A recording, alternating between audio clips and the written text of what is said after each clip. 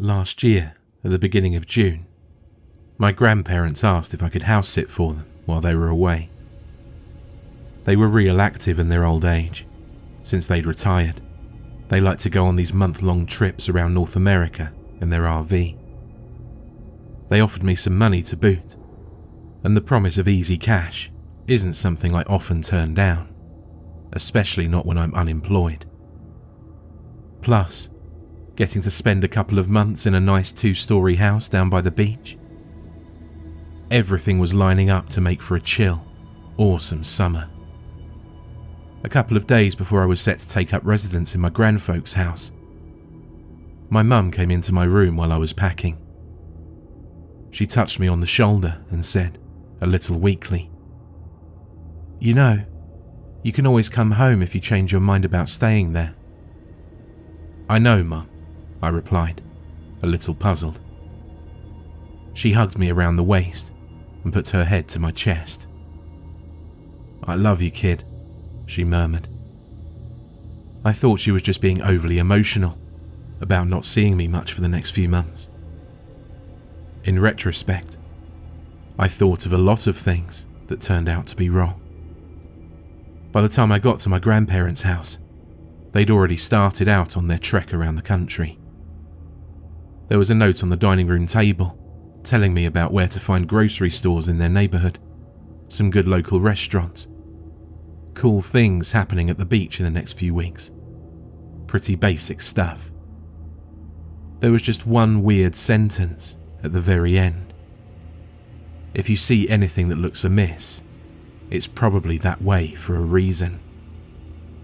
I would never have thought to connect those words to what they ended up pertaining to. At the time, the strangeness of the phrasing didn't even register with me at all. I was just upset that they forgot to leave their Wi-Fi password. Then I remembered that they still used DSL, and that I'd have to plug my laptop into a cable to just be able to connect. What is it about even the hippest grandparents being just behind the times enough to always leave at least one inconvenience when you go and visit them? The first night at their place was pretty chill. I watched some TV and strolled around the neighbourhood. It's one of those part beach, part forest kind of places. Like someone stapled Brighton Beach into the middle of Montana. It was past dark when I got back, and I figured I might as well go to bed early and try and do some more exploring in the morning. I'm not usually a nature calls kind of guy, but when in Rome. After I locked up and turned out all of the lights on the first floor, I went up the stairs to do the same for the second floor. Then, I noticed something peculiar. My grandparents had left the light on in the guest room. Easy enough mistake to make, I figured. Who doesn't forget to turn the light out in a room every so often? I flicked it off and went to sleep in their bed across the hall. A digression, but an important one. My mum and I never slept over at our grandparents' house when I was young. Well, that's not entirely true.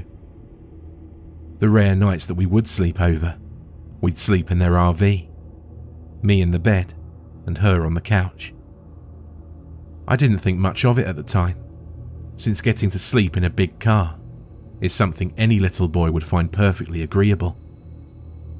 The novelty wore off as I got older though, and when I turned 13, I asked my mum if we could maybe just sleep in the guest room the next time we went to visit Grandma and Grandpa. "Maybe, sure," I remember her muttering. I hadn't visited my grandparents since. Sometimes they'd come to see us for important events like birthdays and graduation and stuff like that. But I hadn't slept over on their grounds for nearly a decade before I took this house-sitting job. Now, as I said, the first night was perfectly chill. You could even extend that statement to account for the first week. I took in the beauty of nature, vegged out watching YouTube clips on their mediocre DSL connection. Even met a couple of girls down on the beach. I didn't expect them to call me, but sometimes Just the fun of flirting can make up for the lack of results, at least for me. The grandfolks had a big collection of old comics from the 50s and 60s in their guest room. So sometimes I'd end the night by reading a stack of them, shutting the light out and going to bed. Again, a perfectly normal, unremarkable first week. But then I heard the whistling. I was up in my grandparents' bedroom cruising the internet at around 2:30 in the morning. That's where their internet connection's based. I think I was reading an article about funny video game glitches when I heard a very soft but distinct, high-pitched noise for about 3 seconds. I don't think I even turned my head when I heard it, thinking it must have been some goofy night bird. But then, an hour later, it started again. It was too tuneful, too specifically melodic to have come from a bird. And it must have lasted for at least a solid, uninterrupted minute. I thought maybe an ad was playing on my laptop, but I checked the speakers and they were turned off. Right as I started to rise out of my chair, the whistling faded out, almost like an inappropriate laugh does. I closed my computer, locked the door of the room, and went to bed, unnerved. The next couple of nights, I'd gone to sleep early, but 4 nights after I heard the whistling sound the first time, it happened again. I was lying in bed awake at 2:45, trying to get to sleep, when the same tune as before started looping. It was a bit louder than last time, and it didn't stop. I knew I wasn't imagining it. It was responding to the acoustics of the hallway, the same way I heard any voice do the same when I was younger. The sound wasn't only real, it was in the house, right on the other side of the wall. I was rigid in bed, too freaked out to even breathe, until the sun came up after a grueling 5 hours. Where have I heard that song before? Was the only thing I had in my head when I woke up from a miserable sleep. I walked around the beach whistling it to myself in frustration for a couple of hours, before it finally hit me. Sitting on the dock of the bay by Otis Redding. Something in my grandparents' house had been repeating the whistle refrain from that song all night long. I went back immediately and checked all of the windows on the second story. They were locked tight. My grandparents had a security system, so I couldn't imagine anyone getting in very easily. But even if someone had broken in, they didn't take anything. Who would go to the trouble of bypassing a security system just to walk up to the second floor, stand in one place, whistle that song for hours, and then leave when the sun came up? Unless they didn't leave. I ran down to the kitchen to grab a knife, and then scramble searched every room and every closet, looking under every bed, checking behind drawers and under the couch and behind the TV. Nothing to suggest that anyone besides myself had been here over the past couple of weeks. Nothing except the whistling. That night, I mustered my courage and decided to try something. An experiment. I stayed on the internet until around 3 a.m. Sure as shooting, I started to hear the whistling again. And just like last night, it was the same song. Louder than it was the previous night. Now, almost to the volume of a full, normal voice. After the refrain was repeated a couple of times, I matched the whistle. As soon as the first half of the riff ended, I whistled, as clearly as I could manage, the second half. After I matched the whistle, there was silence for a moment. Then, the whistling came back, but it wasn't that song anymore, and it wasn't quiet. It started out as an even pitch, very low, lower than I thought it was even possible to whistle. Then, slowly, the pitch rose over the course of a couple of minutes, higher and higher and higher, until it turned into a piercing shriek. It wasn't an even tone now. It was stop and start, almost like someone was belting it out between short, sharp breaths, and it was ear-splittingly high. Worse still, the noise got slightly louder and slightly quieter over the course of the night, in rapid intervals, which led me to believe that whatever was doing this was running up and down the hallway, passing in front of my room every few seconds. But I never heard footsteps, and I never saw a shadow under the door. This furious, oscillating scream lasted for hours and hours. I sat in the far corner of the room, clutching my knife and covering my ears, keeping my eyes clamped shut. Right as I was considering doing something to myself, just so the noise would stop tormenting me, the sun began its ascent over the beach, and the siren noise faded away. I slept for 3 useless, nightmare-riddled hours. I knew my mum had lived in this house until she was old enough to leave home, and as far as I knew, my grandparents had lived here most of their lives. They had to have known about this nightmare, this haunting. How had they been able to tolerate it? And if they knew they had some horrible paranormal entity residing on their grounds, why had they kept asking us to come back over and over again throughout the years? These were the questions I asked myself all day. I tried to spend as much time on the beach as possible, even tolerating the overpriced burgers at the snack shack, just so I wouldn't have to go back to the house to make something. In my mind, I reasoned that my mum and grandparents had to have done something to make that place livable. They had to have found a way to coexist with whatever it was that lived there too. Then I remembered the light in the guest room. Everything made sense all of a sudden. I went back and turned the guest room light on. Just for safety, I turned on every single light on the top and bottom floor.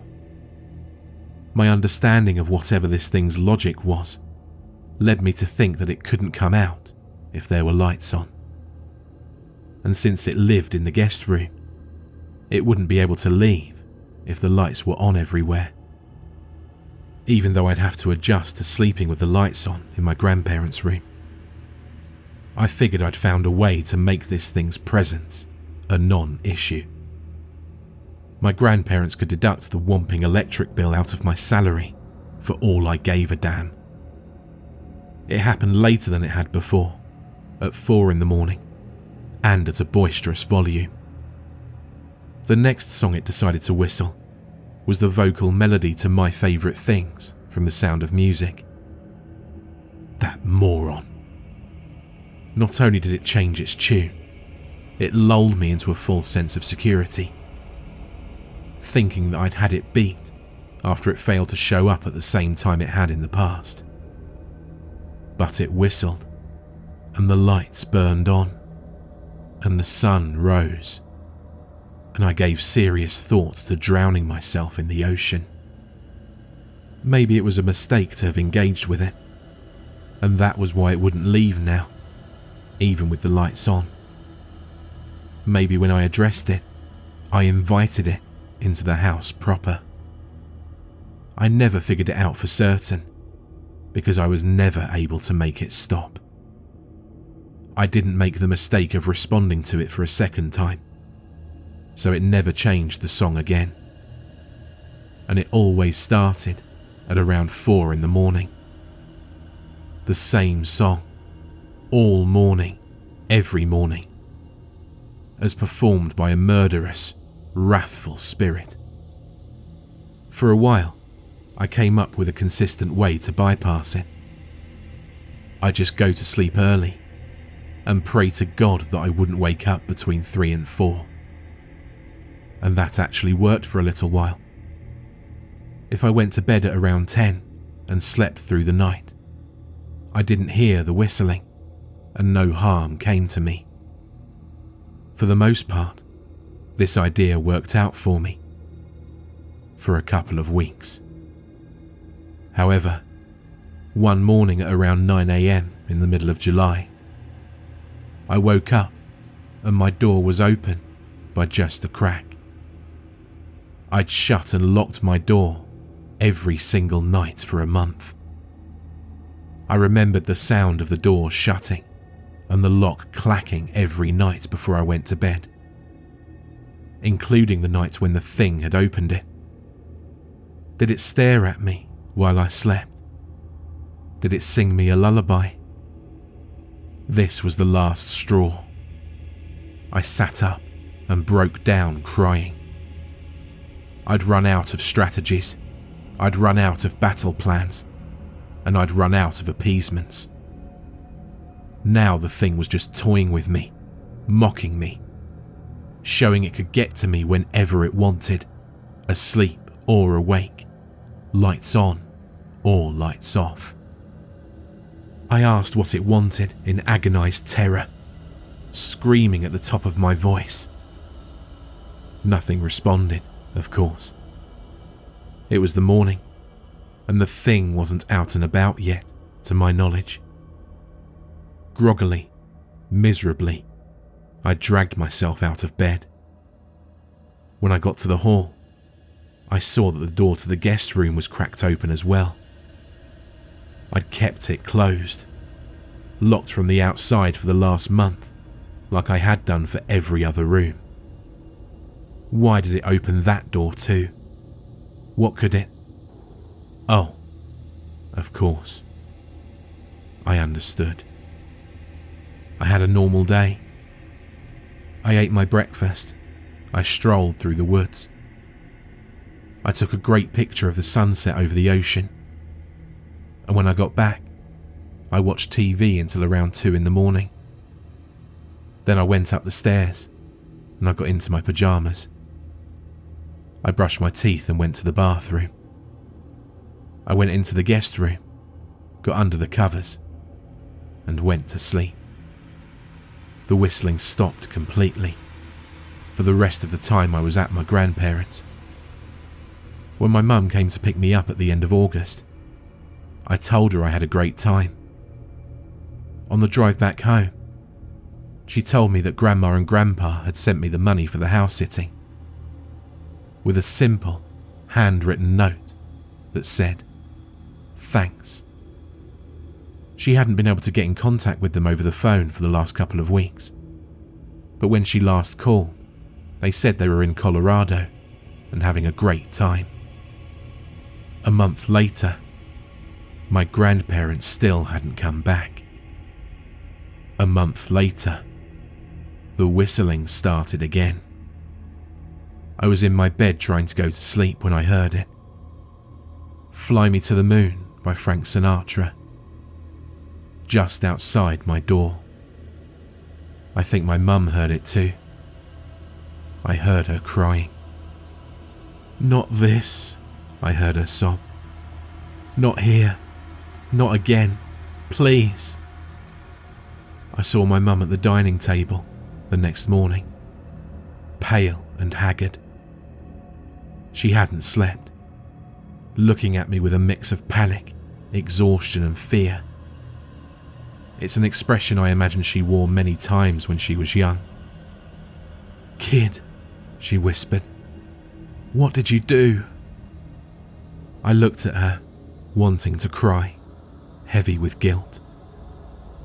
Then I looked at the table. My money was on it, next to the envelope. And next to the envelope was my grandparents' note. "Thanks." Oh no. I suddenly understood why they'd invited us to sleep over so many times, all those years ago. Why they always tried to make the guest room look so clean and nice for us. Why they always assured us it was the most comfortable bed in the house. And I also understood why.